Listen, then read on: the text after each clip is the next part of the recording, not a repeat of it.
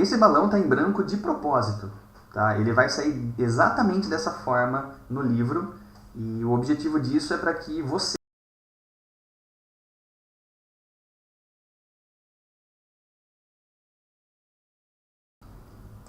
Vendo agora a versão nova, nós temos a história começando exatamente do mesmo jeito.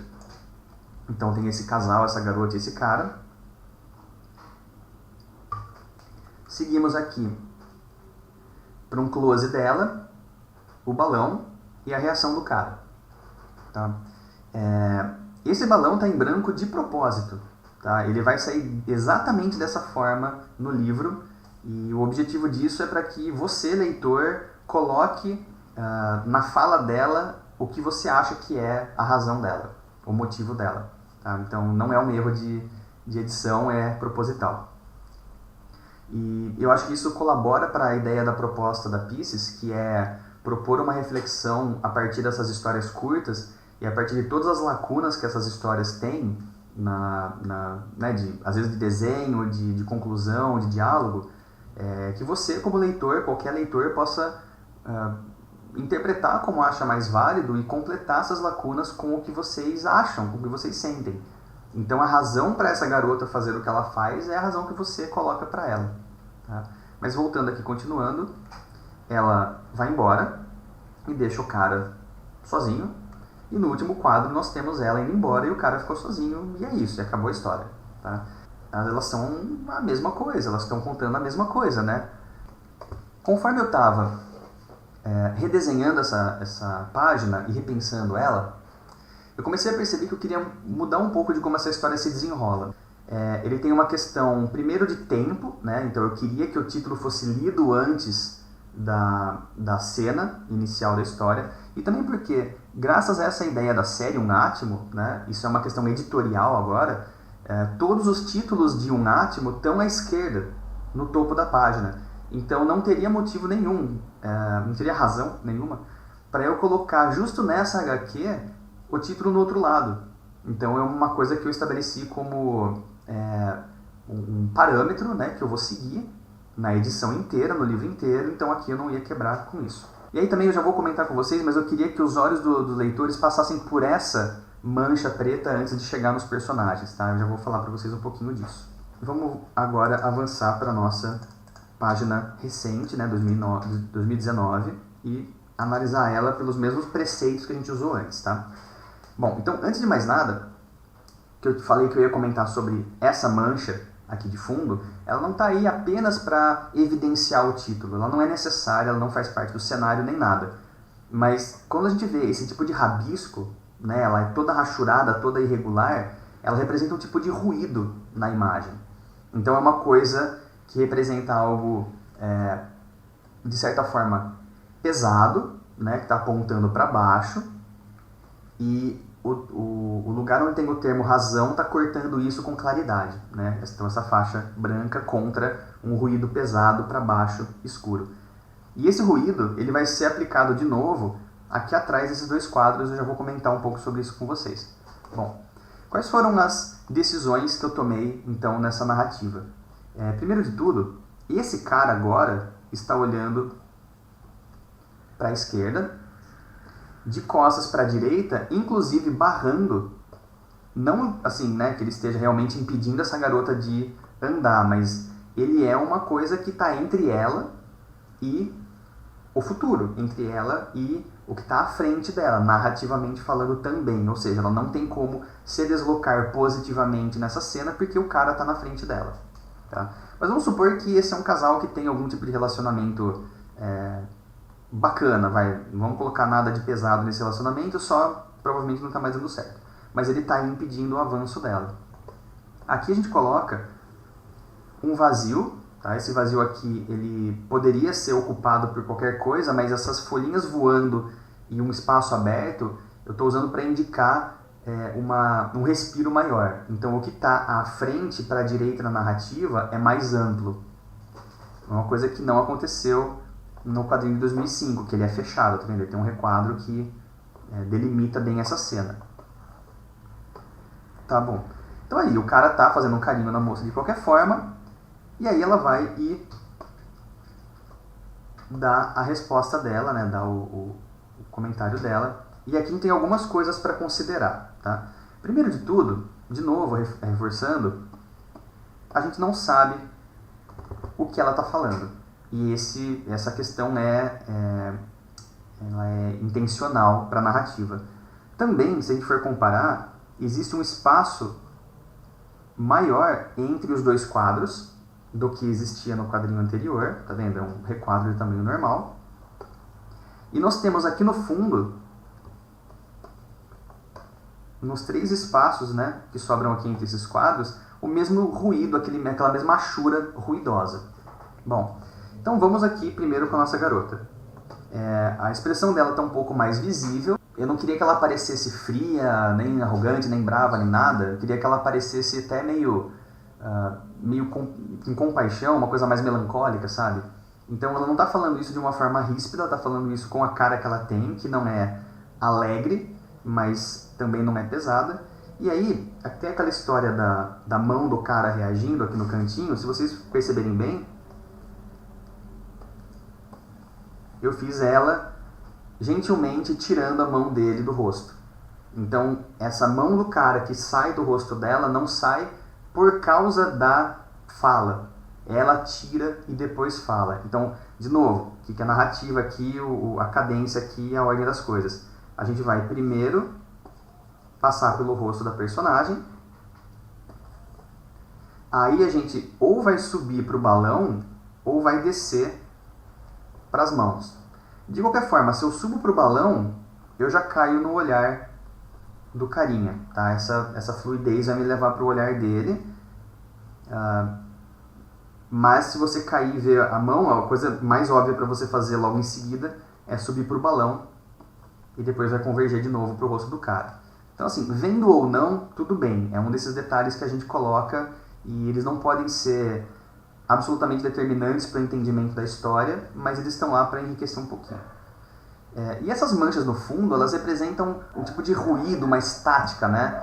Então, o que ela está falando está sobre esse rabisco e esse ruído provavelmente está aí para estabelecer uma irregularidade entre eles, né? Alguma coisa meio não sintonizada. E como tem um espaço maior entre esses dois quadros, a gente pode dizer que o distanciamento entre eles é maior.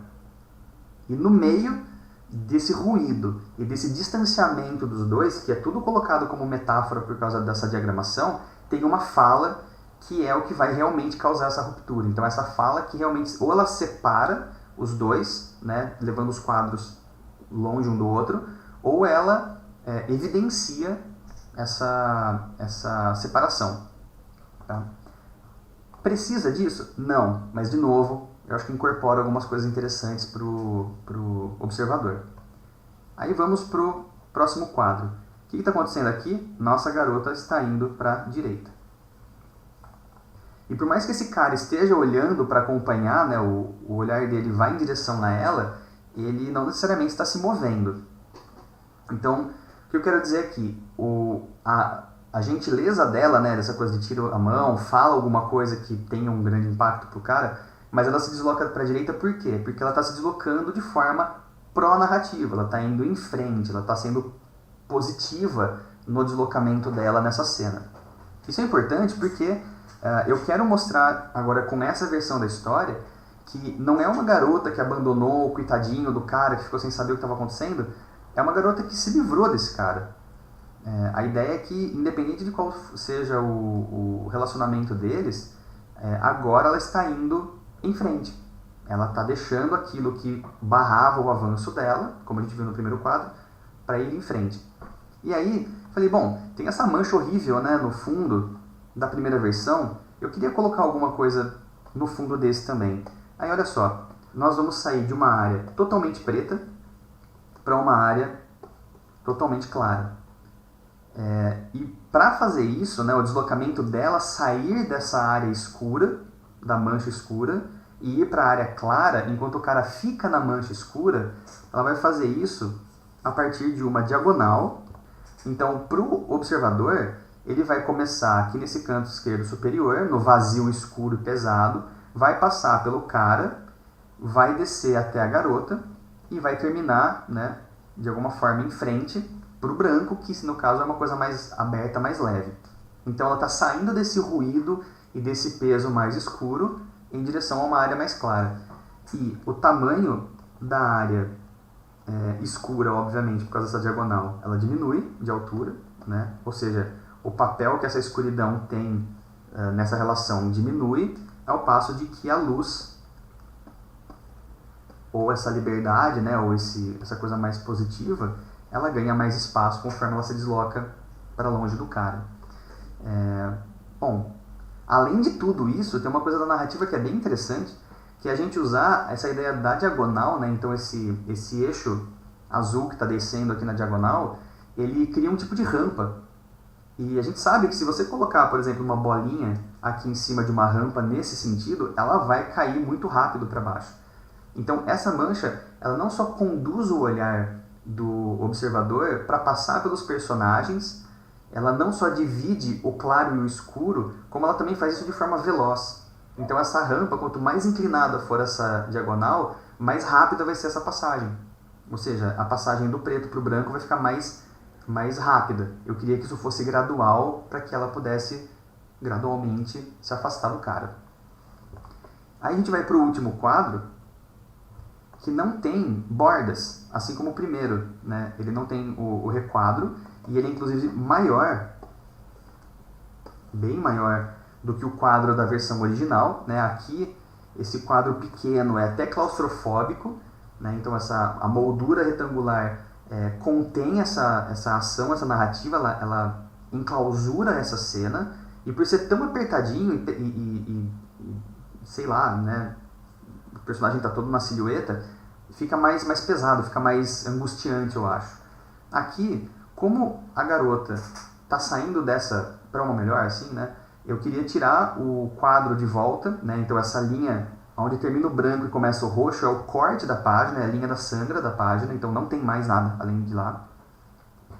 E o fato da gente tirar a borda de um quadro dá um respiro maior, né? Então ela está escapando dessa área mais escura e ela está indo em direção a um horizonte, né? Tem aqui uma sugestão de horizonte para ela. Ela está se deslocando para a direita ainda, né? Deixando o cara aqui na esquerda parado. E esse quadro que não tem o requadro, né, não tem a borda, ele dura mais tempo, né, entre aspas. Ele tem uma narrativa um pouco mais ampla, um pouco mais aberta. Dá mais respiro e mostra que o que está à frente para ela é amplo, né? Então não tem nem indicação de cenário nem nada, só a ideia de que ela está indo em frente, tá? Bom, o que também ajuda a gente a indicar essa direção de leitura são esses eixos do efeito da Ashura. Ó. A sombra dessa garota e todas as Ashuras que estão no corpo do cara indicam para um ponto de fuga, um só. E isso é uma das coisas bem legais de fazer em perspectiva, que é você usar a própria distorção de perspectiva do cenário para induzir os olhos do leitor a um lugar só. Tá? Isso é muito, muito amplamente usado em quadrinho e é usado desde o Renascimento em pintura também. Então, essas Ashuras, elas não estão aí à toa, elas estão aí para indicar um efeito luminoso, né? Então tem luz vindo daí. Tem a ideia também de criar o ponto de fuga, né? De todo o seu olhar ser rapidamente jogado para o fundo do desenho, que é para onde a garota está indo. E meio que não deixa de ser um ruído também, né? Porque ele também tem essa coisa da Ashura meio irregular, meio rabiscadinha, que está em toda a extensão do cara. Então praticamente no corpo dele não tem eixo de luz, né? Tem só uns filetezinhos aqui. Mas ela, conforme vai se deslocando para frente, vai tendo áreas mais amplas de luz. Tá? E assim se conclui essa história. Uma ideia que eu tive também, refletindo sobre essa história, a versão nova, era que eu poderia desenhar a garota num primeiro plano e o cara no fundo.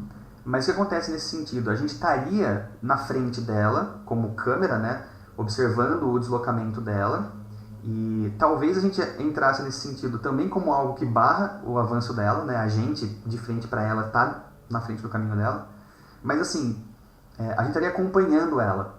Eu achei interessante deixar a câmera perto do cara, porque aí essa garota vai. Não tem mais ninguém com ela, não tem ninguém que barre ou que interfira nela. Nós como observadores, leitores, também estamos deixando ela ir, porque é o que ela quer, né? Qual é o motivo disso, a razão disso? Não sei. Vocês me dizem aí do que vocês pensam sobre esse balão vazio, mas é o momento dela ir. E percebe como essas duas narrativas, apesar de elas terem quase que a mesma coisa desenhada, no que a gente inverte os eixos, né, de posição do personagem, a gente inclui esses detalhezinhos como olhares, como a mão sobre a outra mão, como essa rampinha, né, da área escura para a área clara, essas coisas podem passar despercebido para o leitor. Não é necessário que seja perfeitamente compreendido para o leitor, né? E aí que entra a questão da intenção do autor, né? Porque a gente falou bastante coisa sobre narrativa, sobre técnica, para potencializar a mensagem e criar subleituras, subliminares, metáforas que estão um pouco além dessa coisa literal da imagem, mas que também trazem uma coisa importante para a mensagem da história.